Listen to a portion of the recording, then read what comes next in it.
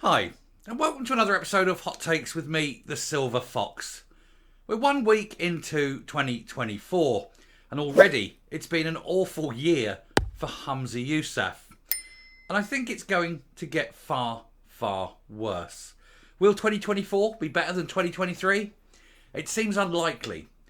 He's got a lot on his plate. He's got a lot of mistakes that have been made that are now coming back to bite him. He's got ongoing problems created not just by him but by his predecessor that are still hanging over him like Banquo's ghost. It is one of those it's one of those jobs really that doesn't matter what you do, you're always going to upset half the people. And normally for politicians it's the half of the country that didn't vote for them. In Humza Yousaf's case, it's half the people who did vote for him. It's half of his own party. But it's all of his own making, and this is the important thing. So I'm going to suggest that there are a few things that are going to cause problems in 2024 for Humza Yousaf. Just looking ahead, at the start of the year, we'll look ahead to see what is likely to happen. Now, some things we know are definitely going to happen and that they will be disastrous. Number one, of course, is there is going to be a general election.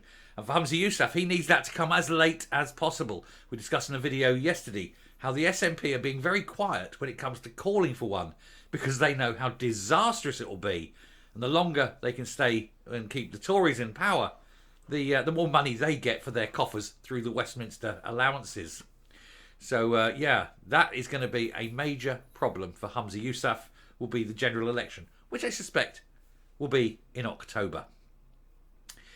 But that, of course, is not the only problem. He has far more pressing problems. He has a resurgent Kate Forbes. She is snapping at his heels. She's already launched a broadside at him a couple of times now. She's going after him. She's going after his policies. She's pointing out the flaws in both his character, his makeup, and his psyche, but also the flaws in his policies. And boy, you're going to have a field day with that one. So Kate Forbes is going to be a major problem, a major thorn in his side, and possibly the one that brings him down and puts him out of our misery. But of course, Kate is not alone. He's got the problem with Mary Black. Mary Black's gone off the rails. She is out there now. She is saying how bad things are, how terrible the party is, how it had this cult of personality that was centred upon and orbited around Nicola Sturgeon. Now, fortunately, I suppose you could say for Humza Yousaf, he does not have that issue. There is no culture or no cult of personality around Humza Yousaf, partially because people don't really like him, and mainly, of course, is he doesn't have much of a personality. He's certainly not a leader. He's certainly not someone who coalesces a party around him. He's someone who does not rule with an iron fist in a velvet glove. He lacks the ability to give that basilisk eye and quell people just simply with a look that Sturgeon could do. And I've always maintained, much as I hate her, disagree with her politics, loathe the woman with every fibre of my being, she was a leader. She was a very good politician. She played the game well. I just didn't like her politics or her personally. But you can't take away her ability. But obviously we've got the general election, as I say. We've got the problems with Forbes. We've got the problems with Mary Black. But of course that isn't the end of it. He's got problems with Labour, who are so resurgent in everything that they are going to demolish, well, basically every seat that he doesn't field a strong candidate in. Some of the candidates are sitting there. Some of the seats he's currently holding are on very, very fine majorities. And they will erase, they will go. And it's going to be a case that it's even possible, and this is astounding, but some predictions show that there could be more Conservative MPs in Scotland than SNP MPs in Scotland. That's if the tactical voting goes the right way. And everyone who is not a supporter of the SNP, regardless of who you do support, look to see who is most likely to remove an SNP man or woman from their seat and vote accordingly. Even if it's against the party you would normally vote for, get the SNP out. It's more important than putting anyone in. And you could end up with more Tories in Scotland as MPs than SNP. And that would be the final humiliation. And of course, that would be the end, probably, of Humza Yousaf, and possibly even of the party.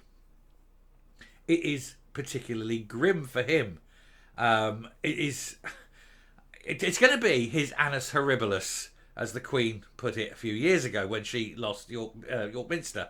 But it is going to be the same for him. He was ushered into Bute House through the back door, sleekly and snidely put in. He had the full backing of the party, and he still only scraped over the line.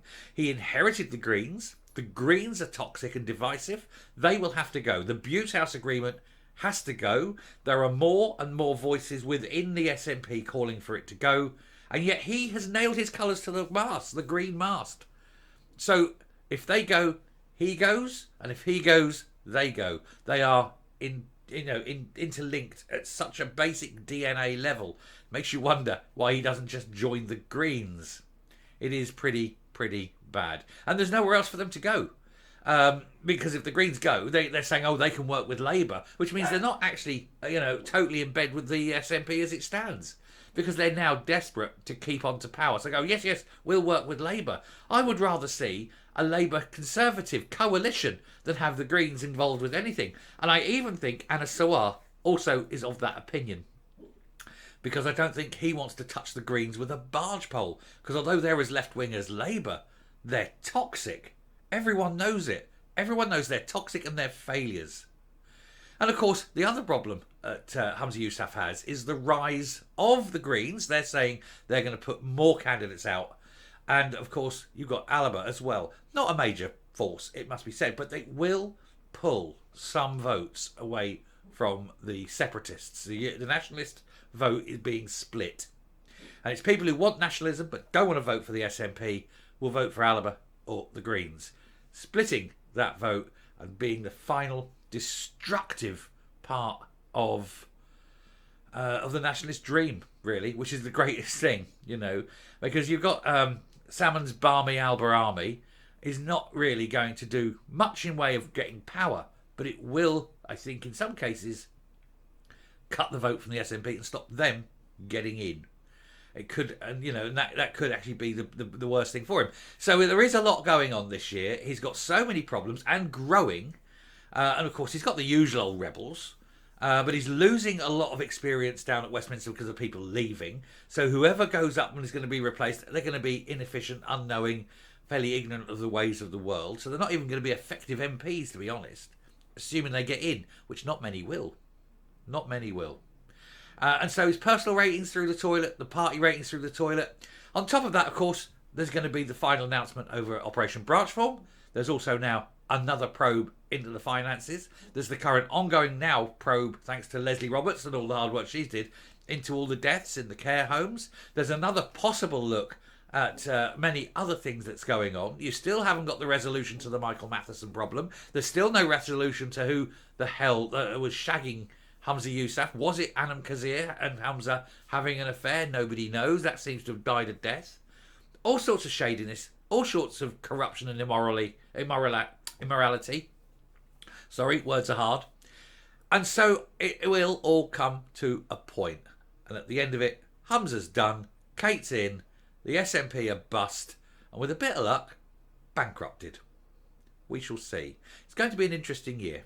Anyway, thank you very much for this. It was more of an opinion piece than a news piece, I grant you, but I just thought it was worth having a look at all the trials and tribulations that will be coming the SNP way over the next 11 and 3/4 months.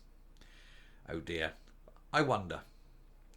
Early October election, week later, Kate Forbes is the new leader of the SNP. That's my prediction.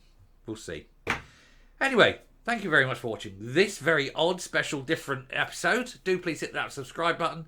Do please hit the like button. Please share the video. And it'll be back to normal soon.